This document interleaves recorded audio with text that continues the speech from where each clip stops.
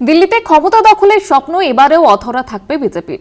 দলেরই অভ্যন্তরীণ সমীক্ষা রিপোর্টে তেমনই আশঙ্কার কথা ব্যক্ত হয়েছে। দেশের সংসদীয় ক্ষমতার লাগাতার 3বার সাফল্য পেলেও রাজধানী দিল্লিতে আপের হ্যাট্রিক অনিবার্য, এমনই আভাস মিলেছে কেন্দ্রীয় নেতৃত্বের কাছে জমা পড়া রিপোর্টে।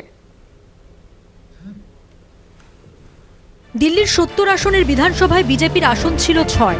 পরপর দুবার বিধানসভা ভোটে আম আদমি পার্টির একচ্ছত্র আধিপত্যের মোকাবিলায় প্রধানমন্ত্রী নরেন্দ্র মোদী, স্বরাষ্ট্রমন্ত্রী অমিত শাহকে নামিয়ে আসন্ন ভোটে বাজিমাত করতে চেয়েছিল বিজেপি। আগামী 5ই ফেব্রুয়ারি ভোট গ্রহণ হতে চলেছে রাজধানীতে। তার প্রাক্কালে বিজেপির অন্তর্মহলের সমীক্ষা রিপোর্ট গেরুয়া শিবিরের অস্বস্তি বাড়িয়ে দিয়েছে।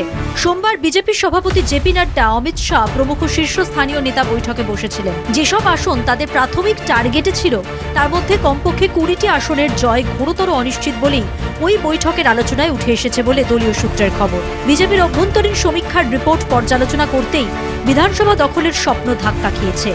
গতবারের চাইতে বেশ কিছু আসন বাড়বে বিজেপির, কিন্তু ক্ষমতার ধারে কাছেও তারা পৌঁছতে পারবে না বলে ওই সমীক্ষায় ইঙ্গিত মিলেছে বলে জানা যায়।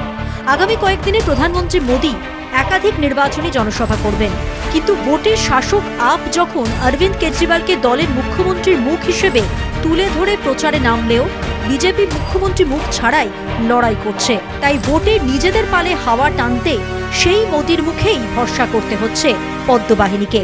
বিজেপি ক্ষমতায় এলে বিনামূল্যে বিদ্যুৎ, জল পরিষেবা, মহিলাদের বিনা ভাড়ায় বাস পরিবহনের মতো সুবিধে বন্ধ করে দেবে। আপের তরফে এই প্রচারের মোকাবিলায় হিমশিম খেতে হচ্ছে বিজেপিকে।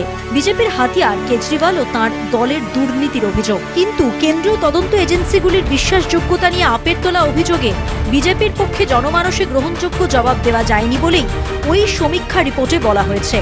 সব মিলিয়ে ভোট যতই ঘনিয়ে আসছে ততই উদ্বেগ বাড়ছে বিজেপির ঘরোয়া আলোচনায়।